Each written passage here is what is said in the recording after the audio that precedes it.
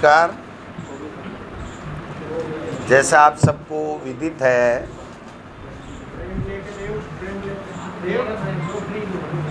Third grade teachers के selection के लिए रीट एलिजिबिलिटी टेस्ट होता है और 31,000 पदों के लिए रीट की एग्ज़ाम 26 सितंबर को होने जा रही है। माध्यमिक शिक्षा बोर्ड राजस्थान अजमेर इसका नोडल एजेंसी है। वो पूरी परीक्षा की प्रक्रिया को संपूर्ण प्रक्रिया को पूरा कराएगा। रीट की एग्ज़ाम पारदर्शिता के साथ में हो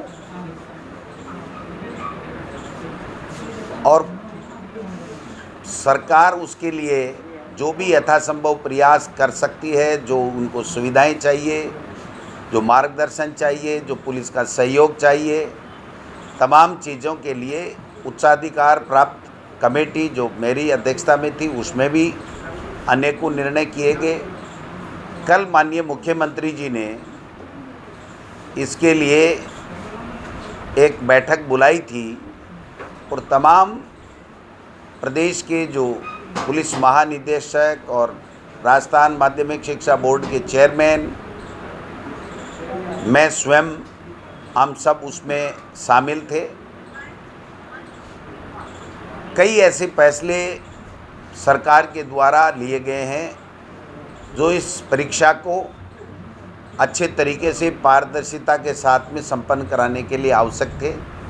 सबसे बड़ा फैसला तो जो माननीय मुख्यमंत्री जी ने बजट घोषणा में लिया था कि कोई भी बेरोजगार व्यक्ति अगर एग्ज़ाम देने जाएगा तो उसको राजस्थान रोडवेज की बसों में फ्री यात्रा करने का उसको अधिकार होगा। लेकिन इस रीट की एग्ज़ाम में चूँकि 15 लाख के लगभग विद्यार्थी आवागमन करेंगे, राजस्थान रोडवेज की बसें उतनी नहीं होने के बाद कल माननीय मुख्यमंत्री जी ने ये निर्णय लिया कि जितनी इन बच्चों के लिए आने जाने के लिए जितनी बसों की आवश्यकता होगी, हम उन प्राइवेट बसों का अधिग्रहण करेंगे और राजस्थान रोडवेज के साथ साथ उन तमाम प्राइवेट बसों को राज्य सरकार किराया देगी जो उन बच्चों को लाने और ले जाने के लिए आवश्यक होगा।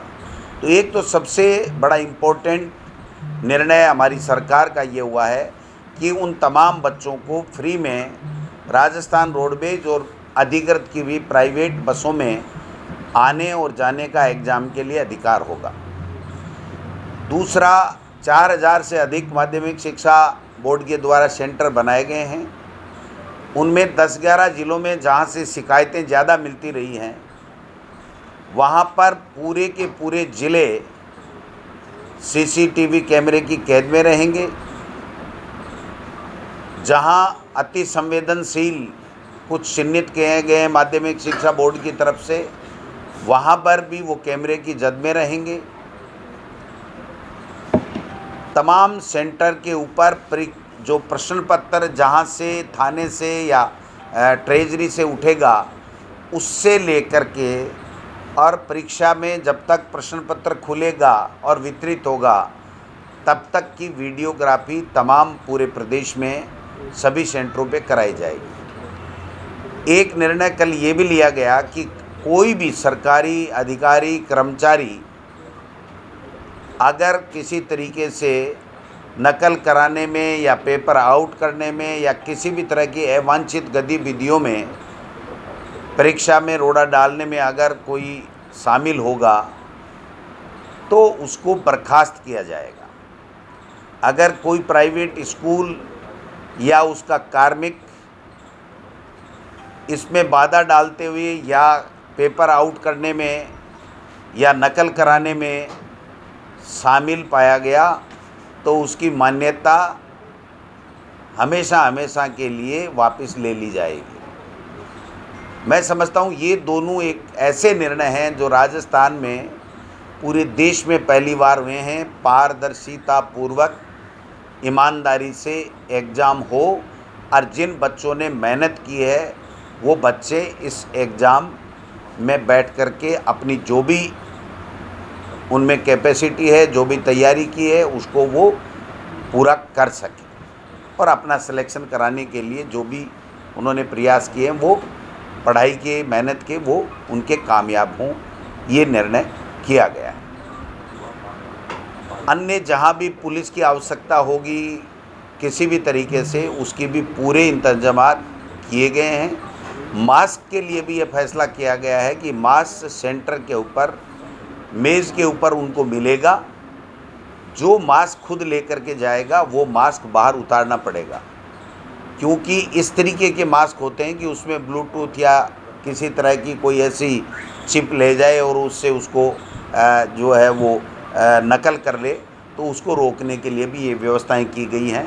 और पहली बार एक कड़ा फैसला किया गया है कि कोई भी अधिकारी कितना भी बड़ा हो, वो जहां पेपर है और जहां से पेपर की सील खुल रही है या पेपर वितरित हो रहे हैं, वहां पर किसी भी तरीके से मोबाइल फ़ोन का, एंड्रॉयड फ़ोन का, जिससे वो पिक्चर ली जा सकती है, उसका प्रयोग नहीं करेगा। इवन कलेक्टर और एसपीज को भी ये कहा गया है कि आप अगर सेंटर का निरीक्षण करते हैं तो आपकी गाड़ी के अंदर ही रहेगा, अंदर परीक्षा केंद्र के अंदर आपका मोबाइल नहीं जाएगा। मैं समझता हूँ ये कई ऐसे निर्णय हैं जो इस राजस्थान में पहली बार माननीय मुख्यमंत्री जी के द्वारा लिए गए हैं। हम सबका प्रयास है कि परीक्षा शांति से हो, सभी लड़के यथास्थान अपने सेंटरों के ऊपर आराम से, जो बसें लगाई हैं सरकार ने, वो वहाँ पर पहुँचे। और एनजीओज और अनेक धार्मिक संगठनों से और अनेक भामाशाहों से माननीय मुख्यमंत्री जी ने भी अपील की है, मैं भी अपील करना चाहूँगा कि उनके रहने के, खाने के, उन बच्चों की व्यवस्था के लिए जो भी यथासंभव सहयोग वो कर सकते हैं, वो सहयोग उनके ठहरने का और खाने पीने का उनको करना चाहिए। और मैं समझता हूँ बहुत से लोग आगे आए हैं और ये व्यवस्था भी वहाँ पर होने जा रही है। मैं आपके माध्यम से इतना ही कहना चाहता हूँ कि राजस्थान की सबसे बड़ी एग्ज़ाम है अब तक की, और सबसे व्यवस्थित और पारदर्शिता से ये एग्ज़ाम हो, इसके लिए सरकार और प्रशासन ने पूरी कमर कस रखी है, कोई कोर कसर नहीं छोड़ेंगे। और मैं समझता हूँ कि नोडल एजेंसी इसको बहुत अच्छे तरीके से एग्ज़ाम कराएगी। यही बात कहने के लिए मैंने आपको बुलाया था। सर, इसमें काफ़ी लोगों को भी तकलीफ हो रहे हैं, 2 दिन के लिए लोगों को आने जाने में दिक्कत हो रही है आम आदमी के लिए, तो और दुकान वगैरह बंद करना पड़ेगी, इसके बारे में भी काफ़ी, इसके बारे में आप क्या बोलेंगे? बंद होगा नेट, कितने जिलों में बंद होगा? देखिए, नेट का कोई फैसला आज की तारीख में नहीं लिया गया है। वो तात्कालिक व्यवस्थाओं के हिसाब से वहाँ के जिला कलेक्टर और एसपी ले सकते हैं। असुविधा तो इतनी बड़ी एग्ज़ाम होती है तो होगी, इसमें कोई दो राय नहीं है, आने जाने वालों को भी होगी। और इसीलिए हमने सबसे अपील की है कि जिसको बहुत ही इमरजेंसी नहीं हो वो यात्रा नहीं करे। लेकिन मार्केट बंद रहेगा।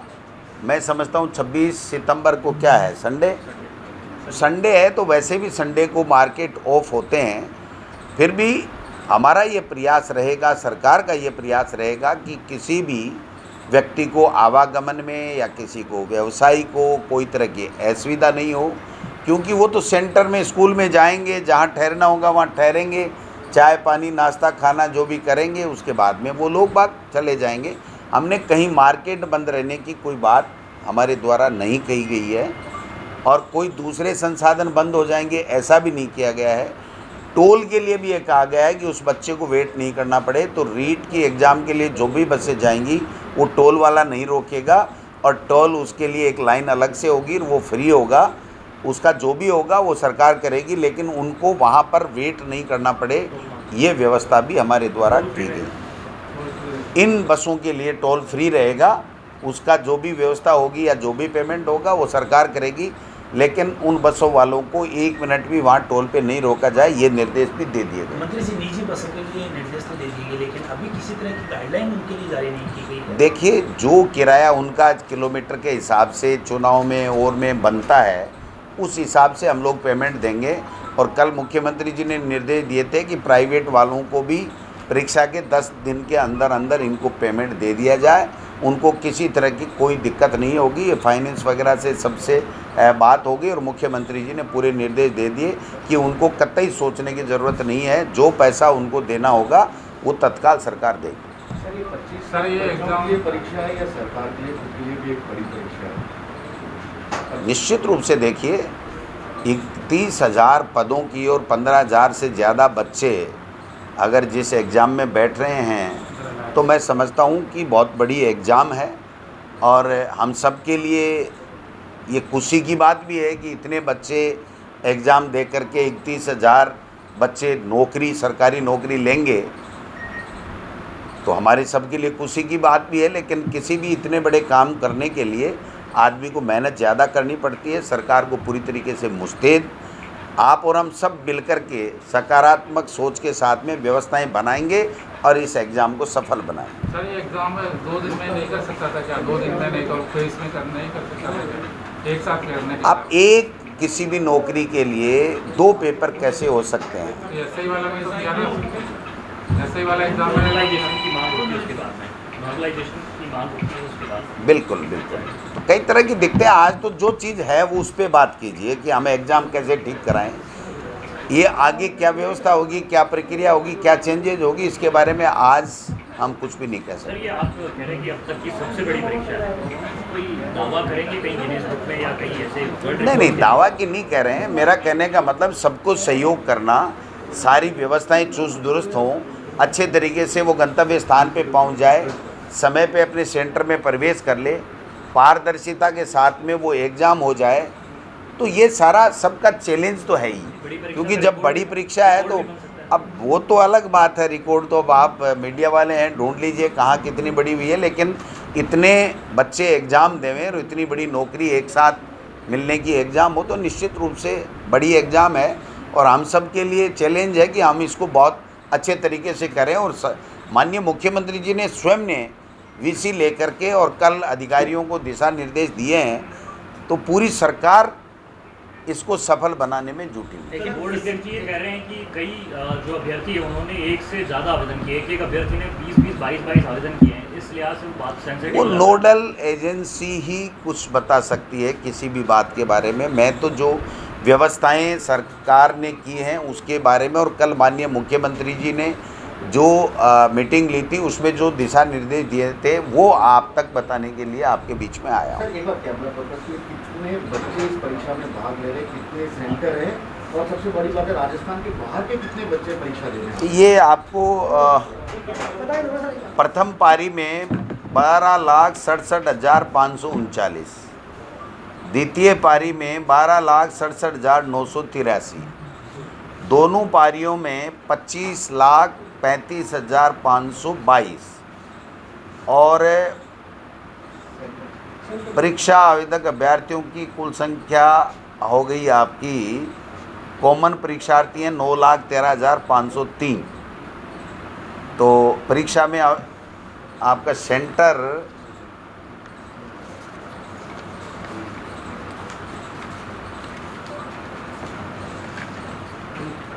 3,993 परीक्षा केंद्र है। मंत्री जी, लेकिन इसकी सफलता तब कही जा सकती है जब सभी 21,000 पदों पर इनको शिक्षकों को नियुक्ति दी जाएगी। निश्चित रूप से देखिए, ये रीट का जो एग्ज़ाम है ये स्क्रीनिंग टेस्ट है, एलिजिबिलिटी टेस्ट है। एलिजिबिलिटी टेस्ट के बाद में जो विभाग के नियम हैं उसके मुताबिक जो उनका ग्रेजुएशन का या उनका हायर सेकेंडरी का L1 वालों का जो भी हो उसका जो परसेंटेज निर्धारित कर रखा है उसके हिसाब से उनको सेलेक्ट किया जाएगा। ये एलिजिबिलिटी टेस्ट है, लेकिन इसके बाद में कोई एग्ज़ाम नहीं होगा उनको नौकरी के लिए। केवल उनका जो ग्रेजुएशन या जो एकेडमिक उनका जो रिजल्ट है उसको देख करके जो भी सरकारी नियम है उसके हिसाब से उनकी मेरिट लिस्ट बना करके उनको नौकरी दी जाएगी। तरीके से 3 साल के बाद हो रही है, 4 बार परीक्षा तिथियां टलने के बाद हो रही है, इस तरह से अगर अभ्यर्थियों को इंतजार करना पड़ा तो ये ठीक बात नहीं है। इस तरह से आप देखेंगे रेगुलर तरीके से अब तो फिर भी अभी भी मांग कर रहे थे, कुछ लोग तो अब भी मांग कर रहे थे कि 26 सितंबर को मत करो। और आप और हम में से ही लोग क्या करते हैं कि दो भागों में बढ़ जाते हैं, कुछ कहते हैं अभी कर दो, कुछ कहते हैं अभी नहीं करनी है। तो मैं तो आप सबसे आग्रह करूंगा कि 31,000 बच्चों को नौकरी लग रही है और बहुत अच्छे तरीके से सकारात्मक सोच के साथ में हम इनका जहां भी जिस रूप में भी सहयोग आने जाने में रहने में कर सकते हैं वो सहयोग करें, जिससे वो यथास्थान गंतव्य स्थान के ऊपर समय पे पहुंच सकें और अपनी एग्ज़ाम दे सकें। एग्जाम के बाद में जो आगे की जो प्रक्रिया है वो कितनी तेजी से काम होगी, कितनी जल्दी? वो नोडल एजेंसी के ऊपर है। नोडल एजेंसी माध्यमिक शिक्षा बोर्ड है, वो ही तय करता है कब रिजल्ट आना है, क्या आना है, जो भी उनका शेड्यूल है। इसमें सरकार का कोई हस्तक्षेप नहीं रहता है। कुछ निर्देश मंत्री जी, गाइडलाइन में पॉइंट है जिसपे सीसीटीवी कैमरा के ऊपर काले पर्दे डालने का ये किया, तो इसके लिए स्पष्टीकरण भाजपा ने भी मांगा है, आप भी स्पष्ट करें। देखिए, आज सुबह ही मेरी निदेशक से बात हुई है कि जो भी प्राइवेट स्कूल हैं उन प्राइवेट स्कूलों में जो सीसीटीवी कैमरे लगे हुए हैं वो ऑनलाइन एजुकेशन के कारण से सीधे के सीधे जो विद्यार्थी हैं उनके अभिभावक और उनके घरों से भी एक्सेस जुड़ा हुआ है। तो अगर वो सीसीटीवी कैमरे चालू रह गए और वो पेपर जूम करके अगर उनके घरों तक चले गए तो फिर वो परीक्षा का कोई अर्थ ही नहीं रहेगा। आप समझ सकते हैं, हर बात को नेगेटिव लेने की ज़रूरत नहीं है। हमने ये विभाग को निर्देश दिए हैं, माध्यमिक शिक्षा बोर्ड को निर्देश दिए हैं कि परीक्षा पारदर्शिता के साथ में हो, किसी तरह की कोई नकल की गुंजाइश नहीं रहे। इसके लिए जो व्यवस्था उनको नोडल एजेंसी को करनी है और जिला कलेक्टर और एसपी को जो कमेटी बनाई उसको करनी है वो करें। हर चीज़ हम यहाँ से तय नहीं करते हैं, न हमने पहले तय किया न हम आज तय कर रहे हैं। लेकिन जो बात आई वो मैं आपको बता रहा हूँ कि अगर वो सीसीटीवी कैमरे जो प्राइवेट स्कूल ने लगा रखे हैं हर क्लास के रूम के अंदर, उनके सबके एक्सेस बच्चों के पास में भी हैं क्योंकि वो ऑनलाइन उनको पढ़ाते हैं। तो आप क्या समझते हैं कि अगर इस क्लास में यहाँ सीसीटीवी कैमरा होगा और किसी ने चालू कर लिया तो पूरा का पूरा पेपर उन तक चला जाएगा, हर घर तक। तो इसकी व्यवस्था भी तो करना सरकार की ड्यूटी है। लेकिन जो करेंगे नोडल एजेंसी, जिला कलेक्टर जो कमेटी बनाई हुई है वो करेंगे। हमारा सरकार का किसी तरह का कोई हस्तक्षेप नहीं रहेगा और न ही इसमें किसी तरह की बात, गोपनीयता के साथ में, पारदर्शिता के साथ में कैसे एग्ज़ाम हो जिससे किसी तरह की नकल आदि नहीं हो सके, इस बात की पुख्ता व्यवस्था करने के लिए हमारे द्वारा निर्देश दिए गए। इंटरनेट बंदी को लेकर अभी तक किसी तरह का? थैंक यू, धन्यवाद।